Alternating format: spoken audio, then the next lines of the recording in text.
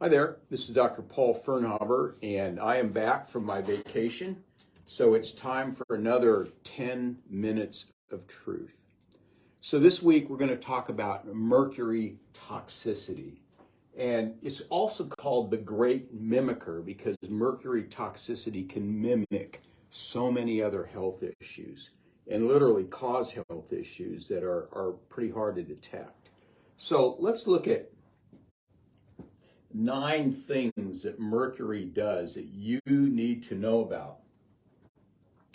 Number 1, mercury is known to denervate nerve fibers, and it acts similar to MS or multiple sclerosis. It can mimic multiple sclerosis, and it's possible that a lot of MS diagnoses are actually mercury toxicity.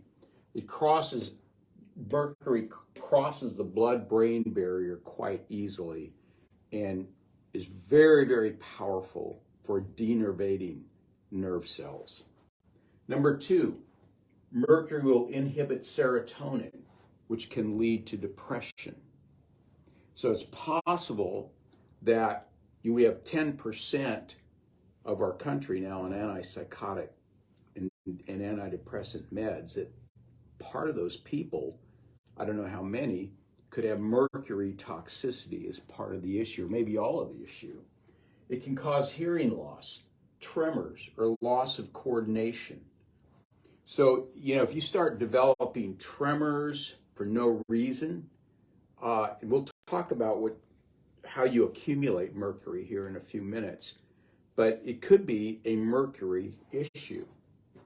Mercury can decrease dopamine activity, damaging the molecules of emotion, decreasing joy and creativity, and increasing anxiety and insomnia.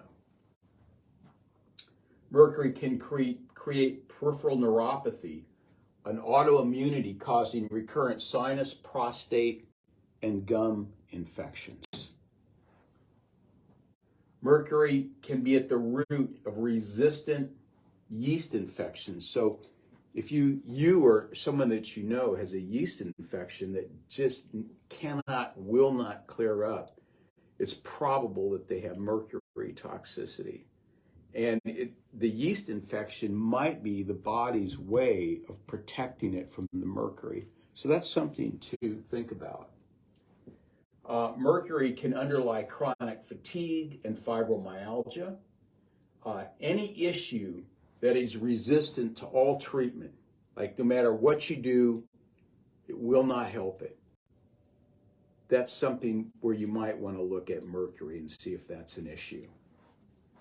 And finally, common symptom of mercury toxicity is this terrible body burning that just migrates throughout the body.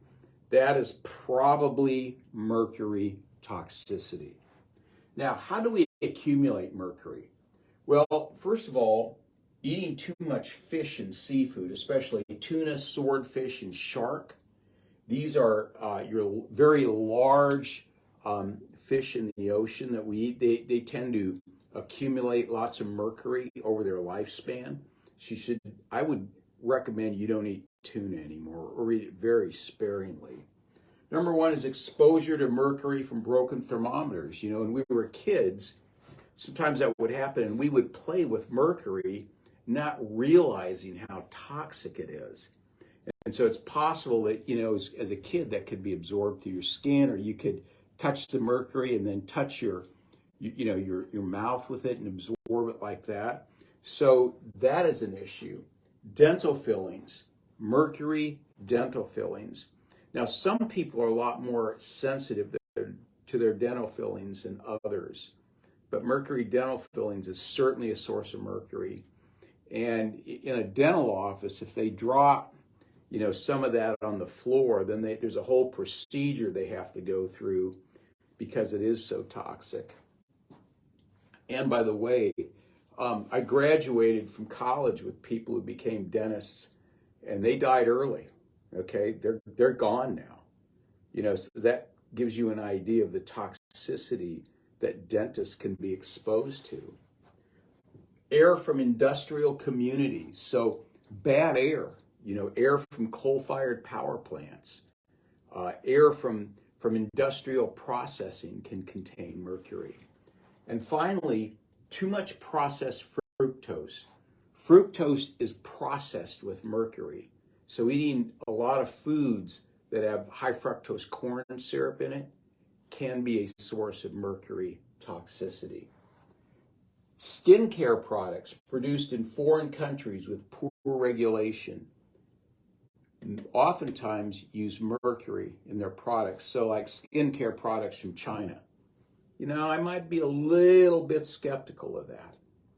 So how do we detect mercury, and how can we determine whether you have mercury toxicity?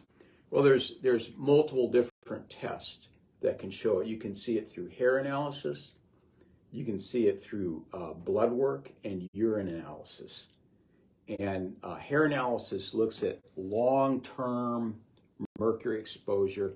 Blood work looks at primarily ongoing mercury exposure, and urinalysis looks at stored mercury exposure. So you may not have anything ongoing right now, but you may have a lot of mercury stored in your tissues.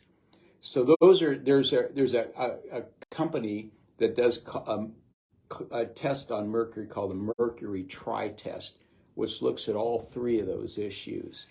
And if we think, or if you think you have mercury toxicity, that's something a test that you'd want to look at. So mercury is a problem. It can be a huge problem in people's health. I'm not saying everybody has mercury toxicity. I mean, I've done these blood tests on some people that were fine.